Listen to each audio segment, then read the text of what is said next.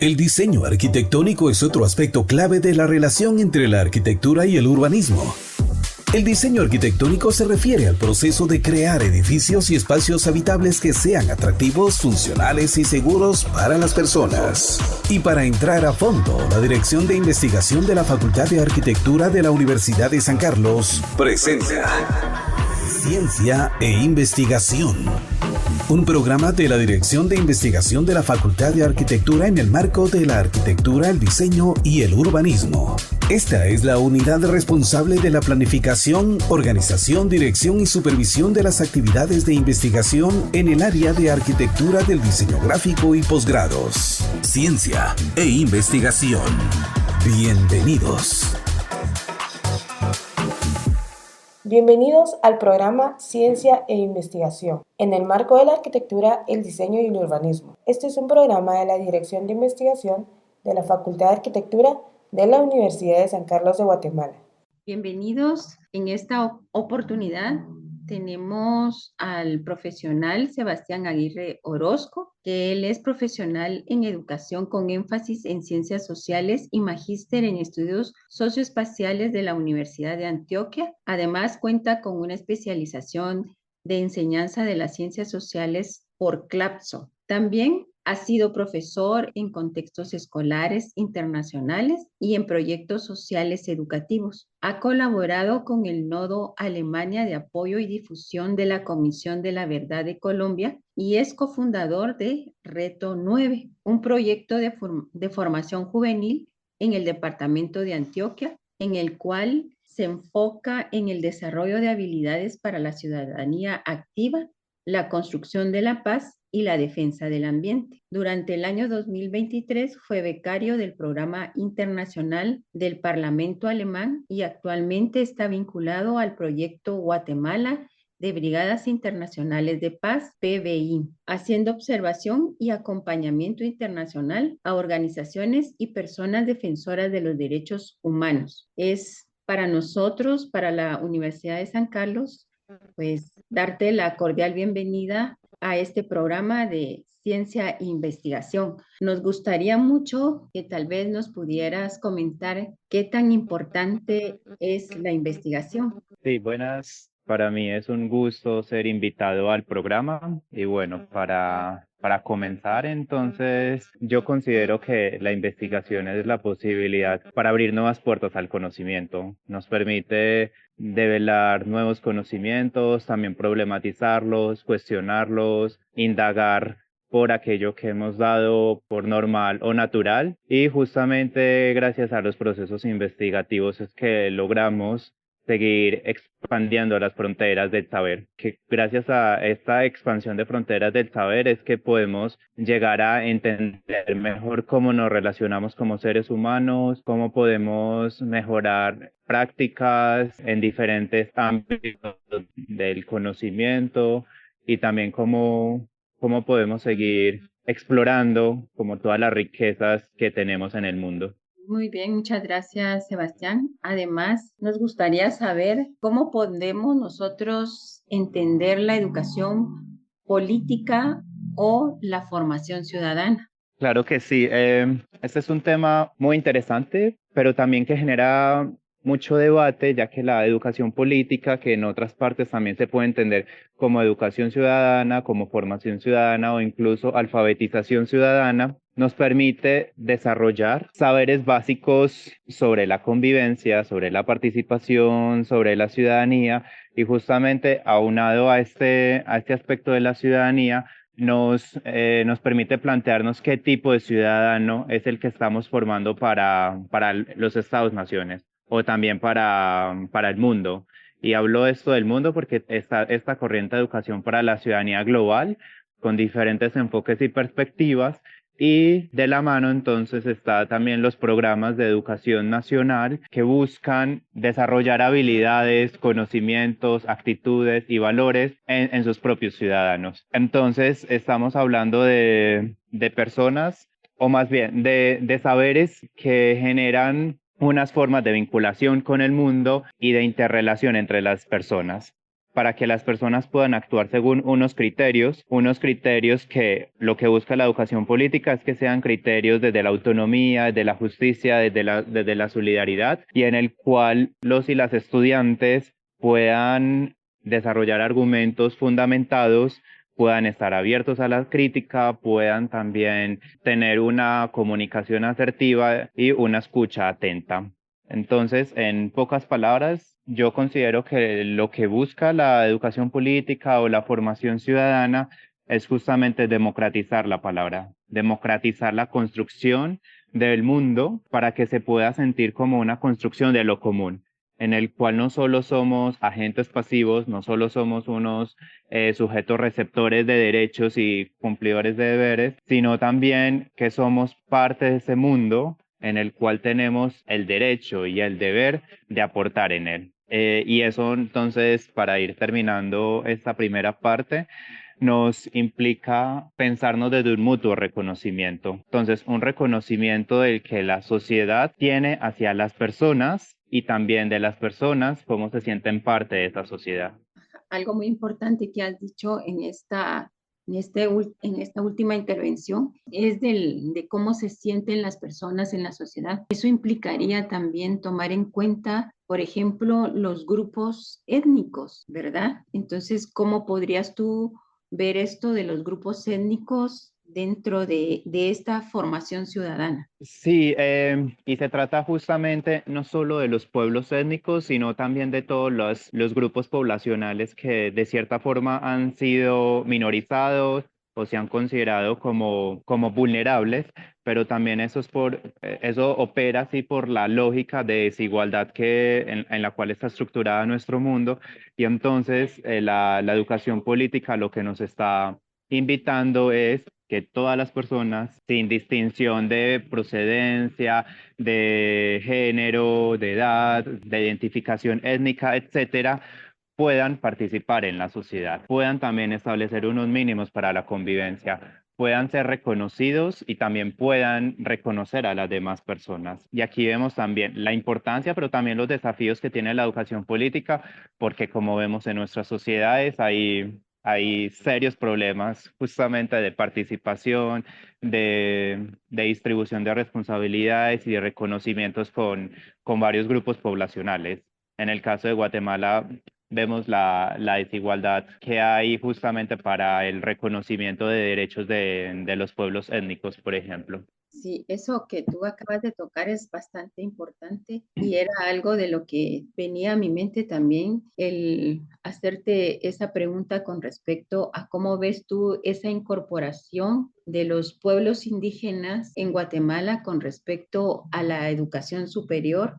Bien, lo que yo pienso con respecto a esta pregunta es que hay grandes desafíos, porque siento que no solo se trata también de desarrollar unas políticas afirmativas que le garantice, por ejemplo, mayor accesibilidad a los pueblos indígenas, que eso es en un plano, pero mirándolo también desde otro plano, desde otra perspectiva, se consoliden órganos de participación en los cuales estén vinculados, por ejemplo, los pueblos indígenas, y que no sea un asunto de vinculación solo nominal o representativa, como por decir que se están cumpliendo unas cuotas, sino que también toda su cosmogonía, la forma de pensar el mundo que tienen las comunidades indígenas, se pueda ver allí reflejada y también pueda entrar en escena y convivir con otras formas que operan en la universidad. Entonces, sí era tan importante lo que estabas diciendo, que no solamente lo de los grupos étnicos, sino que también todo lo que tiene que ver con no solo la representación de esas cuotas que se tienen que, por decirlo de alguna manera, que cumplir, sino adaptar esa cosmovisión, esa cosmogonía que se tiene que tener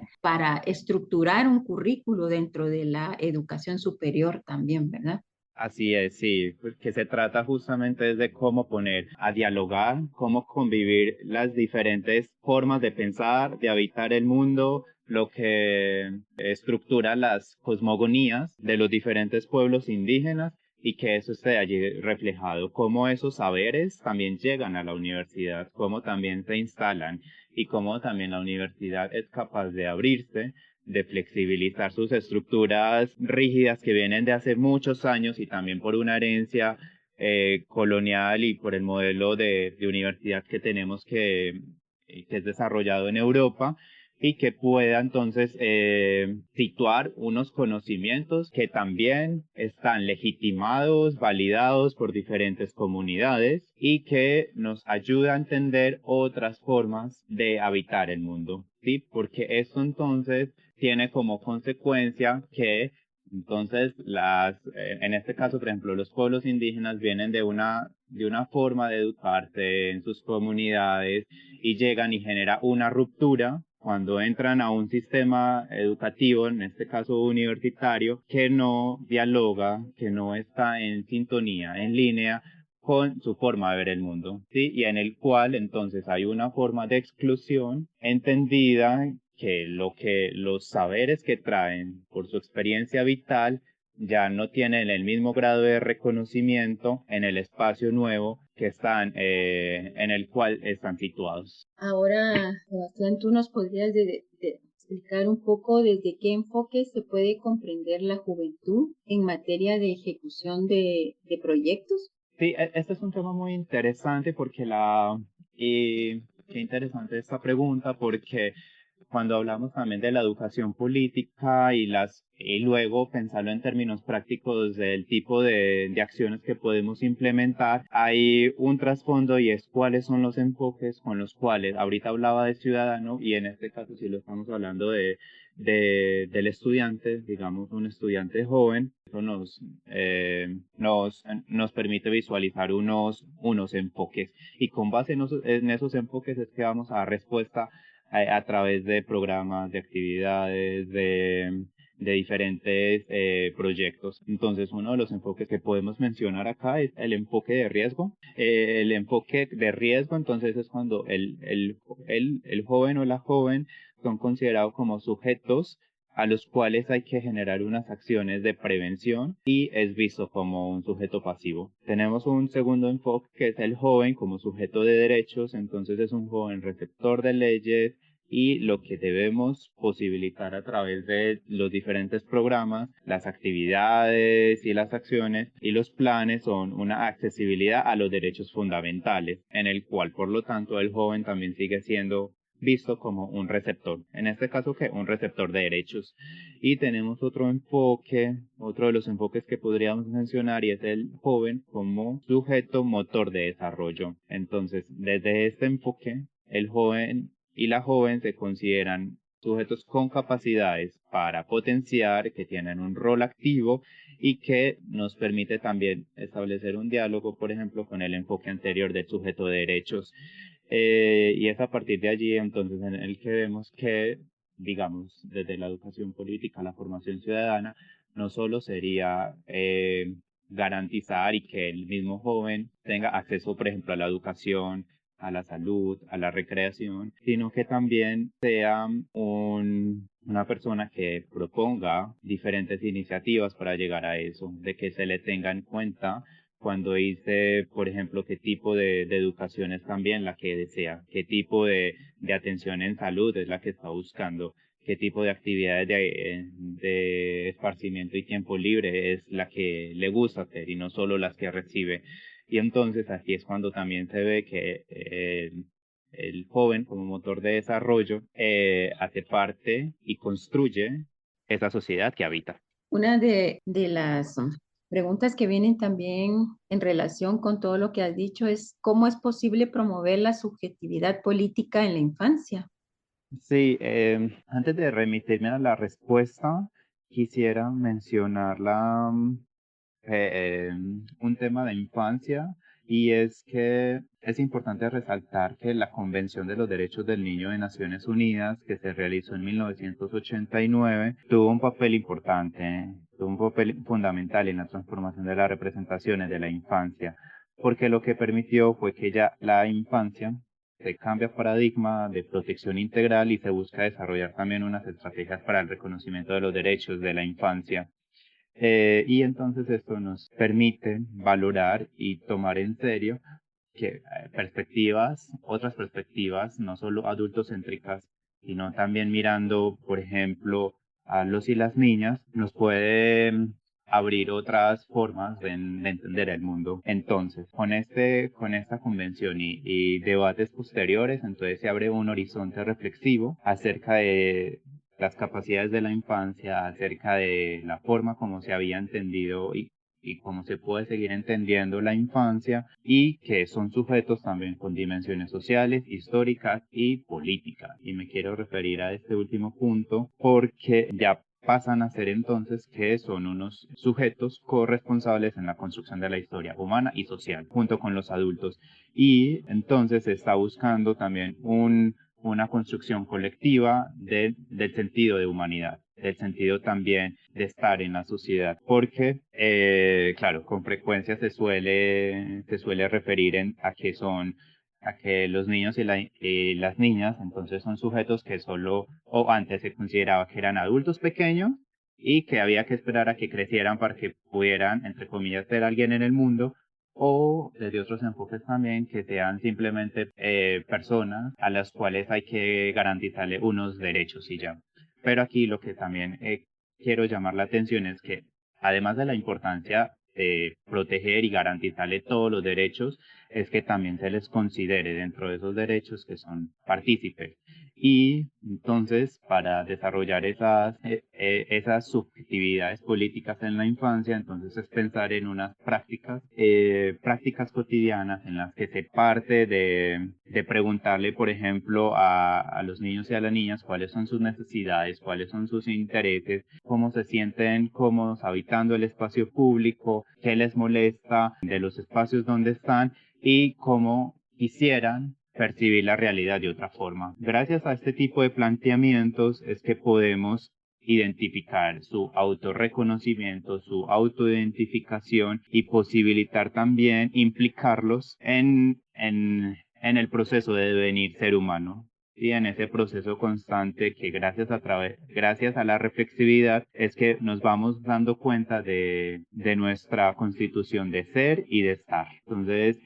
yo creo que en esa vía es que podemos abrir o ampliar más bien los campos de participación en la sociedad que suelen estar muy restringidos a un grupo poblacional, llámese adultos, y aquí mirar también hacia otros grupos, como lo mencioné anteriormente, la juventud y en este caso también la infancia. Sí, qué tan importantes son estos temas porque, bien dices tú, ¿verdad? Se relegan nada más a personas adultas que creemos nosotros que con esa madurez van a responder mejor a las necesidades de una población. Mientras tanto que los niños en ese sentido, si se van formando con esa subjetividad como se le puede llamar de lo de la política, sería tan importante que ya cuando pasen a la juventud y al estado de madurez, pues puedan tener ese gran potencial y puedan hacer referencia mejor y puedan tener una mejor visión de lo que puedan ir cumpliendo a través de esas prioridades y necesidades sentidas de las comunidades, ¿verdad?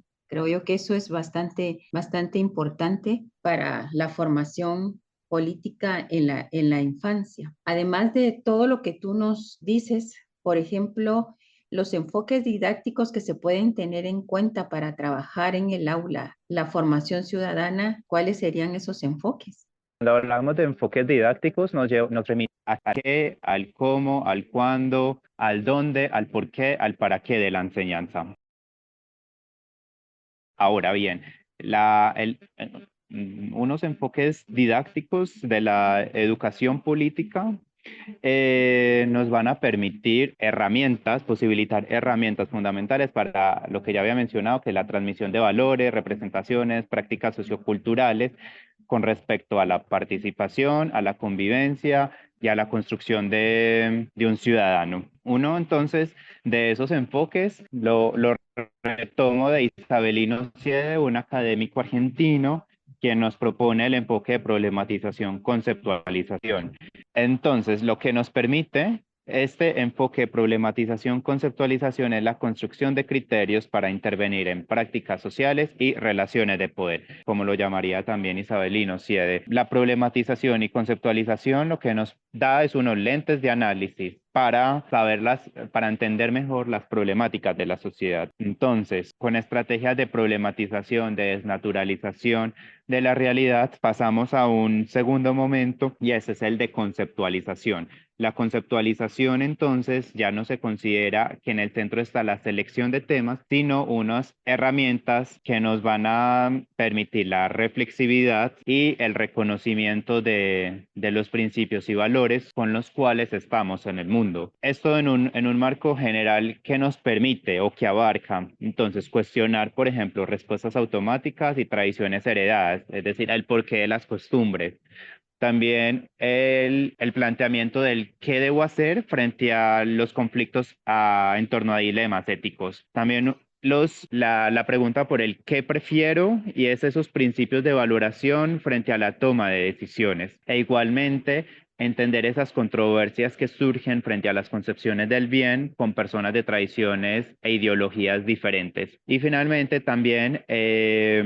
problematizar y conceptualizar entonces conflictos de intereses que estamos buscando para resolver necesidades. Este binomio problematización, conceptualización parte también de un saber construido desde el análisis de las prácticas propias o ajenas que tienen los y las estudiantes y no de un saber teórico que luego tiene que ser aplicado, como pasa con el enfoque anterior que mencioné, que es el de explicación-aplicación. Entonces aquí también surge un rol mucho más participativo, más deliberativo, una construcción de sentidos orientada con unos propósitos más claros. Ese es un enfoque didáctico y otro enfoque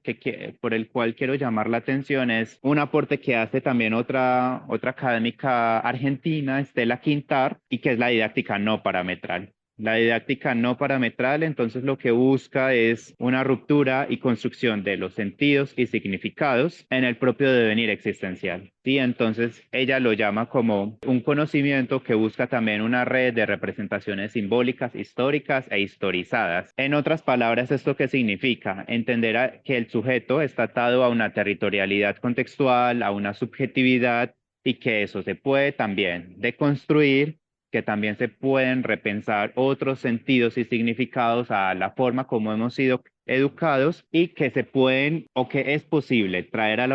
aula de clase otras formas de representar la realidad, de quitar ese velo con el cual muchas veces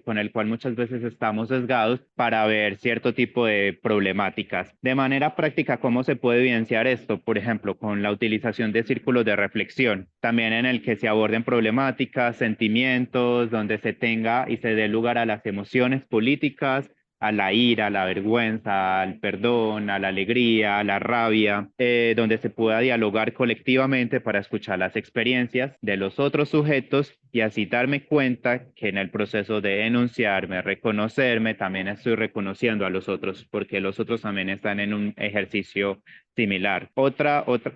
de las estrategias es a través de ejercicios de conciencia histórica, o también llamados como empatía histórica o procesos de resemantización. ¿Esto qué implica? Entonces, encontrar unas situaciones del pasado que han sido claves en la construcción del presente y que esto está repercutiendo en los comportamientos y en la forma de vida del sujeto y que se pasa del reconocimiento de la propia existencia a objetivarla un poco. Con qué fin? Para problematizar. Problematizar esa forma como yo estoy habitando el mundo y que entonces me permite una transición de eso subjetivo, de cómo me he construido yo como sujeto, desde mi identidad, mis valores y mis principios, a verlo un poco más en abstracción, un poco más objetivos, para reconocer también las vivencias de otras personas y que en últimas nos permite entender que somos sujetos históricos, sujetos espaciales, contextuales y que compartimos una misma historia, pero que se ha visto representada de diferentes formas. Sí, lo que tú también nos explicas aquí podría ser eso, lo de la pedagogía de la pregunta. Exactamente, claro, que eso es muy atado también a los principios de la educación popular, de pedagogía social, aportes de Paulo Freire y todas las corrientes estudiantes que buscan educación autorizante en principios declarativos y llevarlo más bien al cuestionamiento, a la pregunta, a esta relación dialógica y a que el conocimiento se construya en relación dialógica. Eso. De formas tan reflexivas de poder hacer educación dentro del aula. Muchísimas gracias, Sebastián, por compartir con nosotros este programa. Agradecemos y quedan cordialmente invitados para que el próximo jueves puedan acompañarnos. Muchísimas gracias. Este ha sido el programa Ciencia e Investigación de la Dirección de Investigación de la Facultad de Arquitectura de la Universidad de San Carlos de Guatemala. Los esperamos el próximo jueves a las 7:30 horas por el 92.1 Radio Universidad. Hoy, en Ciencia e Investigación, entramos a fondo y dimos a conocer los principales eventos de la Dirección de Investigación de la Facultad de Arquitectura que realiza en colaboración con universidades extranjeras y departamentos de la Universidad de San Carlos que son de interés general para distintas disciplinas de profesionales. Vuelva a escucharnos el próximo jueves a las 7:30 horas por Universidad 92.1 FM, conectados con la realidad.